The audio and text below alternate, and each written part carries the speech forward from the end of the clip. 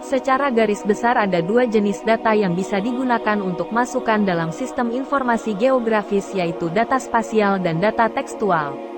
Data spasial disebut juga data grafikal, data grafis, dan data keruangan. Sistem informasi geografis terdiri atas 5 komponen dasar, yaitu meliputi 1. Data 2. Perangkat lunak atau software 3. Perangkat keras atau hardware 4. Sumber daya manusia dan pengguna SIG 5. Data merupakan komponen utama yang akan diproses dengan menggunakan SIG. Data vektor adalah data yang diperoleh berupa koordinat titik yang menampilkan, memposisikan, dan menyimpan data spasial dengan menggunakan titik, garis, atau bidang atau poligon. Data vektor memiliki beberapa kelemahan sebagai berikut. Struktur data yang rumit dan tidak sederhana. Sulit untuk dimanipulasi. Peta yang dihasilkan seringkali out of date atau kadaluarsa. Data spasial atau yang biasa disebut dengan data keruangan ini berisi informasi lokasi. Contohnya yaitu informasi datum, proyeksi, lintang dan bujur. Data raster adalah data spasial, keruangan permukaan bumi yang diperoleh dari citra perekaman foto, radar satelit. Data raster, atau disebut juga dengan cell grid, adalah data yang dihasilkan dari sistem penginderaan jauh. Pada data raster, objek geografis direpresentasikan sebagai struktur cell grid yang disebut dengan picture element. Pada data raster, resolusi, definisi visual, tergantung pada ukuran pixelnya.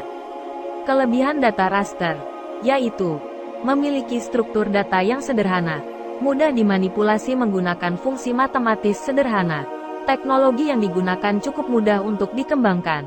Karakteristik utama data raster adalah bahwa dalam setiap sel, piksel mempunyai nilai. Nilai sel, piksel merepresentasikan fenomena atau gambaran dari suatu kategori. Nilai sel, piksel dapat memiliki nilai positif atau negatif, integer, dan floating point untuk dapat merepresentasikan nilai continuous. Sumber data dari data spasial meliputi 1. Peta analog. Peta analog atau lebih dikenal dengan istilah peta dalam bentuk cetak merupakan sumber data tertua dan paling tradisional. Ukuran dari peta analog biasanya sangat besar dan ditulis dalam kertas putih. 2. Data raster. Sumber data kedua dari data spasial disebut dengan data raster. Data raster adalah data yang dihasilkan dari sistem penginderaan jauh. Biasanya data raster juga akrab disebut dengan istilah cell grid. 3. Data vektor. Selain data raster, ada pula data vektor yang menjadi sumber data spasial. Data vektor merupakan jenis data yang disajikan dalam bentuk titik yang saling terhubung dengan diagram koordinat. 4. Data penginderaan jauh. Seperti namanya, data penginderaan jauh adalah sebuah cara pengumpulan data spasial yang dilakukan dengan cara melakukan pemantauan jarak jauh. Biasanya dilakukan dengan menggunakan satelit, pesawat, maupun kapal. Bentuk dari data ini berupa gambar raster yang dapat dimanfaatkan lebih lanjut sesuai kebutuhan analisis. 5. Data dari peta rupa bumi. Pengumpulan data spasial di Indonesia bisa dilakukan menggunakan apa yang disebut dengan Peta Rupa Bumi Indonesia, RBI.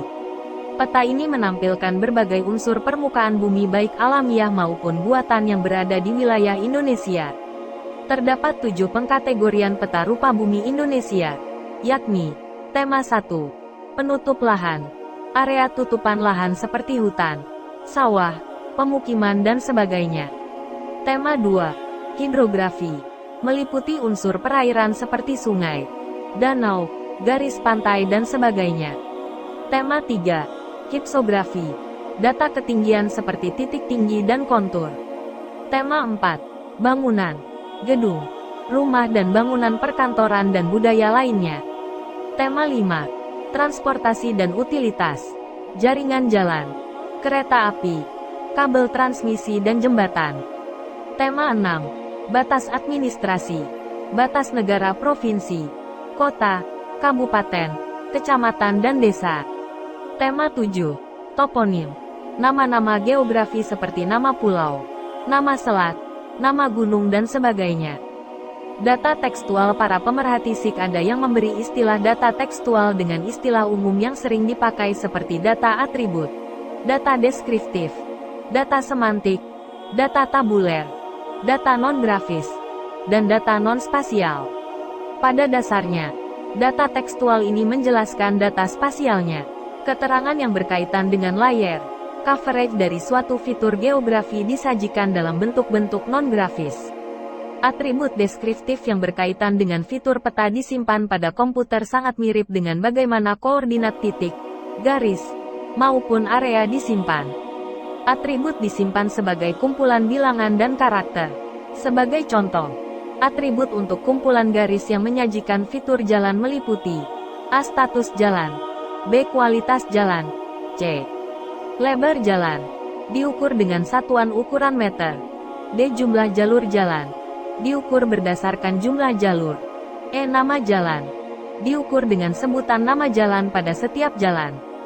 Data tabel adalah sebuah daftar yang berisi data-data, baik kualitatif maupun kuantitatif.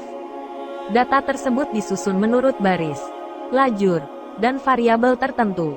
Cara penyusunan data ke dalam tabel pun bermacam-macam, antara lain sebagai berikut. 1. Penyusunan secara geografis.